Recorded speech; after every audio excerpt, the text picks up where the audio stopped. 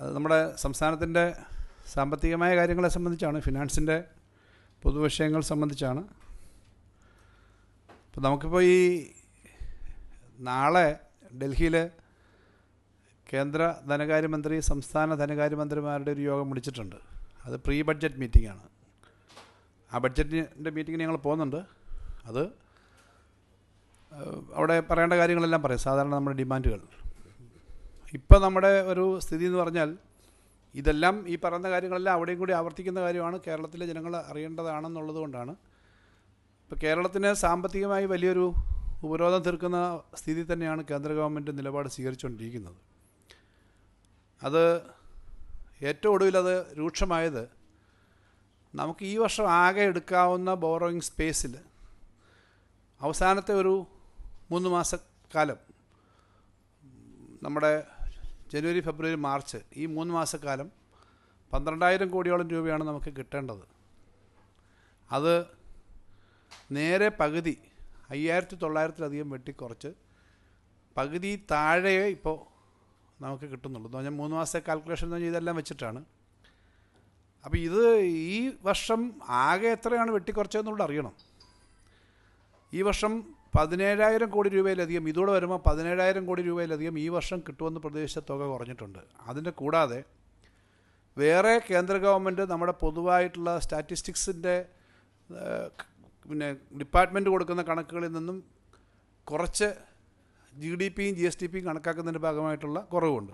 അത് 4,250 കോടിയോളം കുറവ് വരും. ഇത് ഞങ്ങൾ കഴിഞ്ഞ ദിവസം കേന്ദ്രമന്ത്രിയെ കണ്ടപ്പോൾ അവിടെ വീണ്ടും ശ്രദ്ധപ്പെടുത്തിയതാണ്.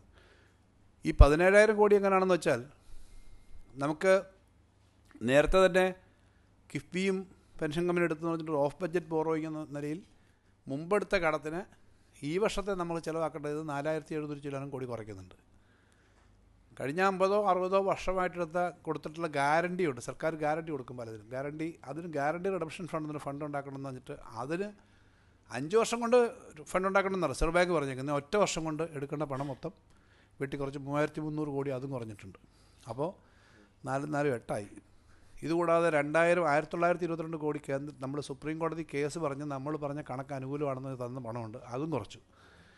ഇതുകൂടാതെ GSTP, IGSTയുടെ കണക്കിൽ ചില തെറ്റുകൾ വന്നിട്ടുണ്ടെന്ന് പറഞ്ഞിട്ട്, നമ്മുടെ തെറ്റല്ല, കേന്ദ്ര ഗവൺമെൻറ്റിൻ്റെ പുള്ളിൽ നിന്ന് ആകെ ചില സ്റ്റേറ്റുകൾ വിഡ്രോ എന്ന് പറഞ്ഞിട്ട് നമുക്ക് 965 കോടി നമുക്ക് കുറച്ചു, പല സ്റ്റേറ്റിനും കുറച്ചു. ഇതെല്ലാം കൂടെ വരുമ്പം 11,000 കോടിയായി. ആ 11,000 കോടിയുടെ കൂടെ ഏറ്റവും അവസാനം ഈ ഫൈനൽ ഓവറുകളിൽ നിയമവിരുദ്ധമായിട്ടുള്ള കളി നടത്തുന്നു എന്ന് പറയുന്ന പോലെയാണ്. ഏതൊരു കളി നിയമത്തിൽ ഗവൺമെൻറ്റിൻ്റെ ഇത് സാമ്പത്തിക വർഷത്തിൻ്റെ അവസാനമാണ്, തെരഞ്ഞെടുപ്പ് വർഷമാണ്. അപ്പോൾ ഈ 5-ാം വർഷത്തിൻ്റെ അവസാനം നമ്മൾ 3 മാസം കൂടി മാത്രം ഇരിക്കുമ്പോൾ ഏറ്റവും അവസാനത്തെ 3 മാസക്കാലത്തേക്ക് ഇങ്ങനെ കാണിക്കുമെന്ന് പറഞ്ഞാൽ സാധാരണ ഒരു ന്യായമുള്ള കാര്യമല്ല. അതൊരു കളി നിയമങ്ങൾക്ക് ക്രിക്കറ്റിലോ മറ്റേതിനകത്തൊക്കെ ഇങ്ങനെ പാടില്ല എന്ന് പറയുന്നത്, ഇങ്ങനെ ചെയ്യുന്ന ആളുകളെ ബ്ലാക്ക് ലിസ്റ്റ് ചെയ്യേണ്ടതാണ്. നമുക്ക് ബ്ലാക്ക് ലിസ്റ്റ് ചെയ്യാനൊന്നും ഇല്ല, ജനങ്ങളാണ് ശ്രദ്ധിക്കേണ്ടത്. കേന്ദ്ര ഗവൺമെൻറ് അങ്ങനെ കാണിക്കാൻ പാടില്ലാത്തതാണ്, ഇങ്ങനെ ചെയ്യാൻ പാടില്ല.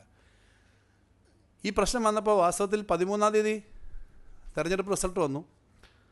17-ാം തീയതിയാണ് അവിടുന്ന് കത്ത് തയ്യാറാക്കി 17-ാം തീയതി വൈകിട്ടാണ് ഈ വെട്ടിക്കുറച്ചതിൻ്റെ വിവരം വരുന്നത്. വാസ്തവത്തിൽ നമ്മൾ വല്ലാതെ ഒരു ബുദ്ധിമുട്ടിലാവുമല്ലോ പെട്ടെന്ന് ഇങ്ങനെ കുറയുകയെന്ന് വെച്ചാൽ.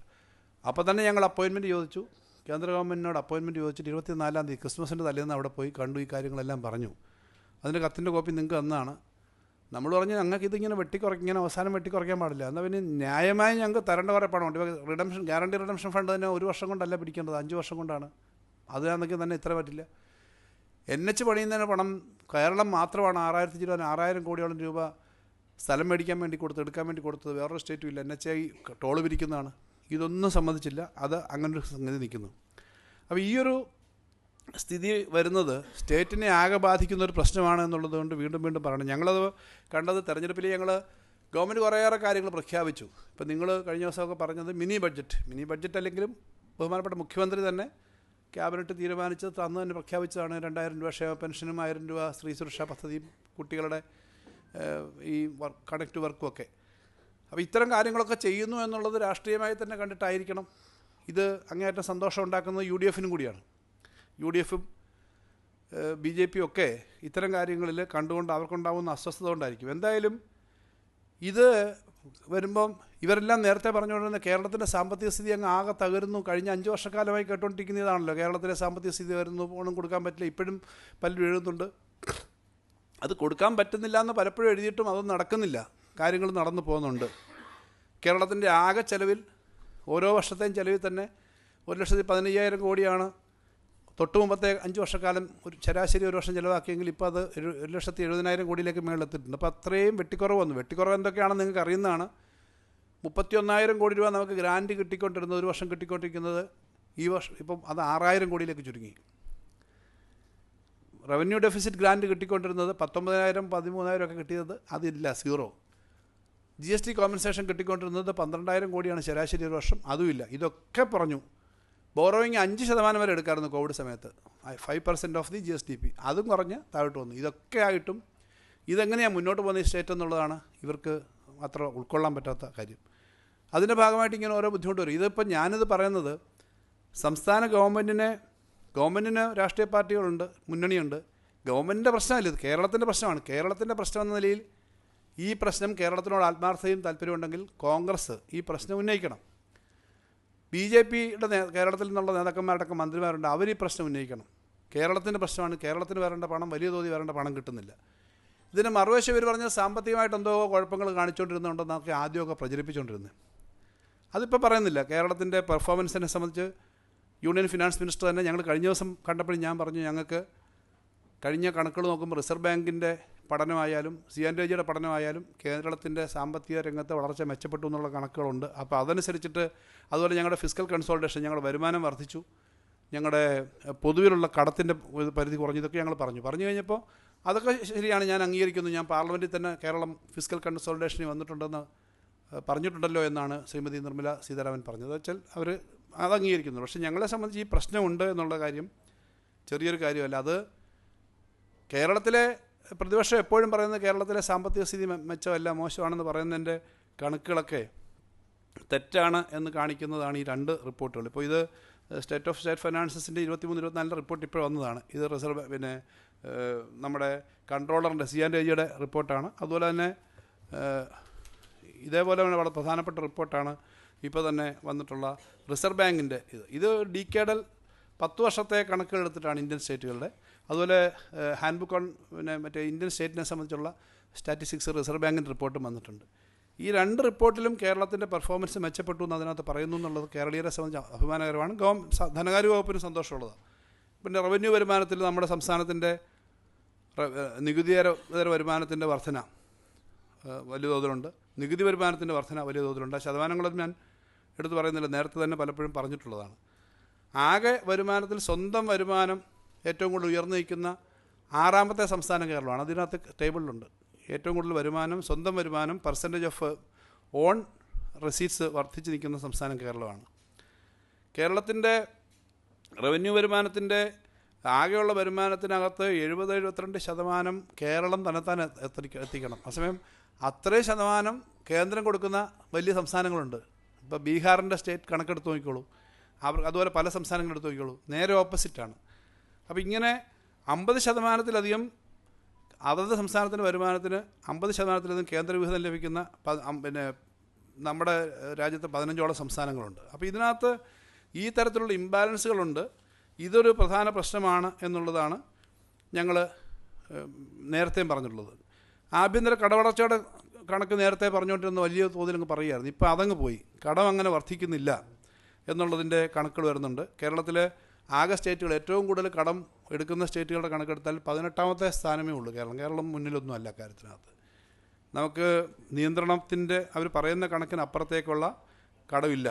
അതുപോലെ ആകെ കടത്തിൻ്റെ കാര്യത്തിനകത്ത് ഇപ്പോൾ ഏറ്റവും ഒടുവിൽ ഈ റിപ്പോർട്ട് അനുസരിച്ചിട്ട് പൊതുകടത്തിൻ്റെ കാര്യത്തിനകത്ത് 24.88% കേരളത്തിലുള്ളൂ. അതും ദേശീയ ശരാശരിയേക്കാളും വളരെ മെച്ചപ്പെട്ട തലത്തിൽ തന്നെയാണ് നമ്മുടെ സ്ഥിതി നിൽക്കുന്നത്. ഇങ്ങനെ എല്ലാ റെക്കോർഡ് അനുസരിച്ചും കേരളത്തിൻ്റെ സാമ്പത്തിക സ്ഥിതി വന്നിട്ടുള്ളൊരു മാറ്റം, ആ മാറ്റം ഇതിനകത്ത് എടുത്തു പറയുന്നു. RBIയുടെ റിപ്പോർട്ട് കുറച്ചുകൂടി സ്റ്റാറ്റിസ്റ്റിക്സ് മാത്രമല്ല, ആളോഹരി വരുമാനത്തിൻ്റെ കാര്യത്തിൽ കേരളത്തിന് ഇരട്ടി വർധനയുണ്ടായി. 2016 1,66,246 രൂപയായിരുന്നു പെർ ഹെഡ് ഉണ്ടായിരുന്നെങ്കിൽ അത് നിങ്ങൾ നേരത്തെ റിപ്പോർട്ട് ചെയ്തിട്ടുള്ളതാണ് 3,80,338 രൂപയായിട്ട് ആളോഹരി വരുമാനം കേരളത്തിൻ്റെ വർദ്ധിച്ചിട്ടുണ്ട്. ഇത് എടുത്തു കാണിക്കുന്നത് ആളുകളുടെ ജീവിതം എത്രയും മെച്ചപ്പെട്ടു എന്നുള്ളത് ചെറിയ കാര്യമല്ല. ഇത് കേരളത്തിൻ്റെ ഇന്ത്യയിലാകെയുള്ള സ്ഥിതി എടുത്താൽ സംസ്ഥാനങ്ങളുടെ ആകെ സ്ഥിതി നോക്കുമ്പോൾ നമ്മൾ ഏറ്റവും മുന്നിൽ 7ാം സ്ഥാനത്തേക്ക് എത്തിയിട്ടുണ്ട്. ഇന്ത്യയിൽ നമ്മളെക്കാളും വളരെ വികസിതമായിട്ടുള്ള അല്ലെങ്കിൽ സാമ്പത്തിക കേന്ദ്രമായിട്ടുള്ള മഹാരാഷ്ട്ര പോലെയോ ഒക്കെയുള്ള ചില സംസ്ഥാനങ്ങൾ നമ്മുടെ മുന്നിലുണ്ട്. നമ്മുടെ ആഭ്യന്തര ഉൽപ്പാദനത്തിൻ്റെ കാര്യത്തിലും ഇതേപോലെ തന്നെയാണ്.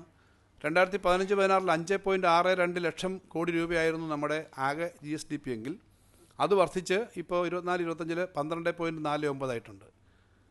അപ്പോൾ ഈ തരത്തിൽ നമ്മുടെ സാമ്പത്തിക മേഖല വലിയ തോതിൽ 2011-12 അപേക്ഷിച്ചിട്ട് 3.5 മടങ്ങാണ് ഈ സമയം വർദ്ധിച്ചത്. ഉൽപ്പാദന മേഖലയിൽ വലിയ വർധനയുണ്ടായിട്ടുണ്ട്. ഉൽപ്പാദന മേഖലയിൽ നേരെ അതിൻ്റെ മൂല്യം 2014-15 51,619 കോടിയിൽ നിന്നും 24-25 അത് 1,02,250 കോടിയായിട്ടുണ്ട്. അതുപോലെ തന്നെ കഴിഞ്ഞ ദിവസങ്ങളിൽ വന്ന കണക്ക് തന്നെയാണ് നമ്മുടെ ഗ്രോസ് വാല്യൂ ആഡഡ്. അതിനകത്ത് പിന്നെ വ്യവസായ മേഖലയിലെ മൂല്യവർധന 1,30,000 കോടിയിൽ നിന്നും 2,67,000 കോടിയായിട്ട് വർദ്ധിച്ചു. സാമ്പത്തിക സർവീസസിൻ്റെ കാര്യത്തിൽ 10 വർഷത്തിനിടയിൽ നമ്മുടെ മൂല്യവർധനവ് 3 ഇരട്ടിയായിട്ട് വർദ്ധിച്ചു. 22,335 കോടിയിൽ നിന്നും 58,135 കോടിയായി. നികുതിയേതര വരുമാനം സംസ്ഥാനത്തിൻ്റെ 8,425 കോടിയായിരുന്നു 2015-16. അതിപ്പോൾ 18,356 കോടി രൂപയായിട്ട് വർദ്ധിച്ചു. ഞാനിതൊക്കെ പറയുന്നത് കണക്കെപ്പോഴും പിന്നെ അത്ര ഇഷ്ടപ്പെടുന്ന ഒരു സബ്ജക്റ്റ് അല്ല ആളുകൾക്ക്, കണക്കുകളക്കം. പക്ഷേ ഇത്രയും 3 ഇരട്ടി വർദ്ധിച്ചു എന്നുള്ളത് എനിക്ക് കണക്ക് പറയാതിരിക്കാൻ പറ്റത്തില്ല. ഇത്രയും കേരളത്തിൽ വർദ്ധിച്ചിട്ടുണ്ട്. കാരണം ഈ കണക്ക് പറയുമ്പം കണക്കാണെങ്കിലും കിട്ടുമ്പം പണമാണ് ആളുകളുടെ കയ്യിൽ. പറയുമ്പം കണക്കാണെങ്കിൽ ഇത് ആളുകളുടെ കയ്യിലേക്ക് എത്തേണ്ട പണമാണ് എന്നുള്ളത് കൊണ്ട് ഞാൻ അതിൻ്റെ കണക്കുകൾ പറയുന്നേ ഉള്ളൂ.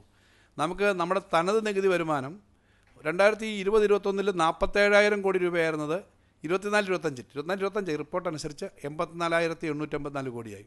അതും വലിയ പെർസെൻറ്റേജ് വർധനയാണ്.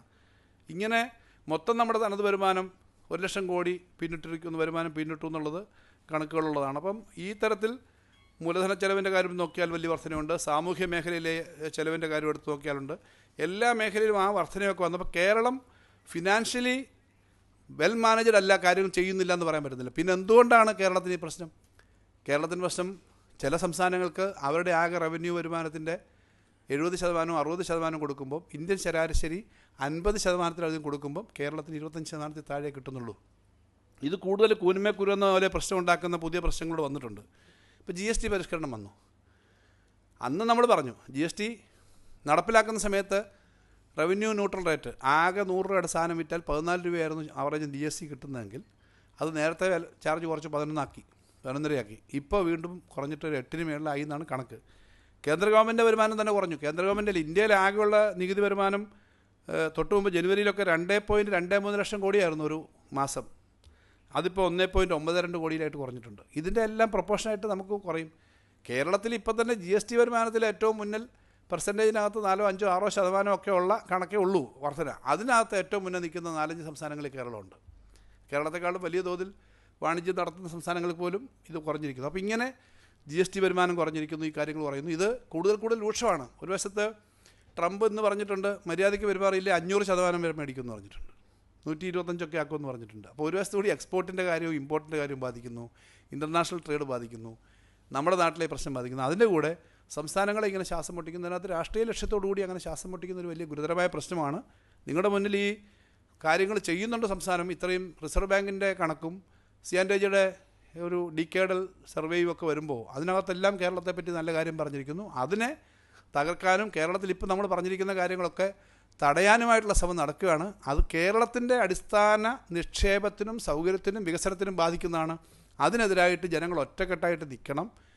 അത് നേരത്തെ പറഞ്ഞതുപോലെ ഞാൻ പറയുകയാണ്, UDF-ന് രാഷ്ട്രീയം അവർ LDF-ൻ്റെ പരിപാടിയിലൊന്നും വരണ്ട. ഇപ്പോൾ LDF ഉൾപ്പെടെ ഗവൺമെൻറ് ഉൾപ്പെടെ സമരങ്ങൾ നടത്തുന്നുണ്ട്.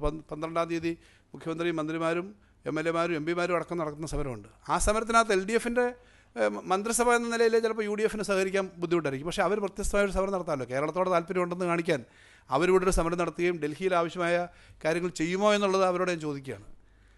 BJP-ക്ക് കേരളത്തോട് എന്തെങ്കിലും താല്പര്യമുണ്ടെങ്കിൽ അവർക്ക് അവരുടെ മന്ത്രിമാരുണ്ട് കേന്ദ്രത്തിൽ, അവരുടെ MP-മാർ മലയാളികളായിട്ട് ധാരാളം നേതാക്കന്മാരുണ്ട്. അവരും ഇക്കാര്യത്തിൽ ഇടപെടണം. ഇത് കേരളത്തെ സംബന്ധിച്ച് കേരളത്തിൻ്റെ ഭാവിയുടെ പ്രശ്നമാണ്. കേരളത്തിനെ തകർക്കാൻ ശ്രമിക്കുന്നതാണ്. എന്തായാലും ഇത്രയും അപകടത്തിലാവുമെന്നൊക്കെ പറഞ്ഞിട്ടും കേരളം കഴിഞ്ഞ 10 വർഷമായിട്ടുണ്ടാക്കിയ അതിശക്തമായ കുതിച്ചുചാട്ടവും മുന്നേറ്റവും കേരളത്തിലുണ്ടാക്കിയ വലിയ ശ്രദ്ധേയമായ മാറ്റങ്ങളുണ്ട്. ആ മാറ്റങ്ങൾ കണ്ണി പിടിക്കുന്നില്ല. കേരളത്തിലെ ജനങ്ങൾക്ക് ഈ സന്തോഷം ഉണ്ടാവേണ്ട എന്ന് കരുതിയിട്ടുള്ള നിലപാട് വരുന്നു.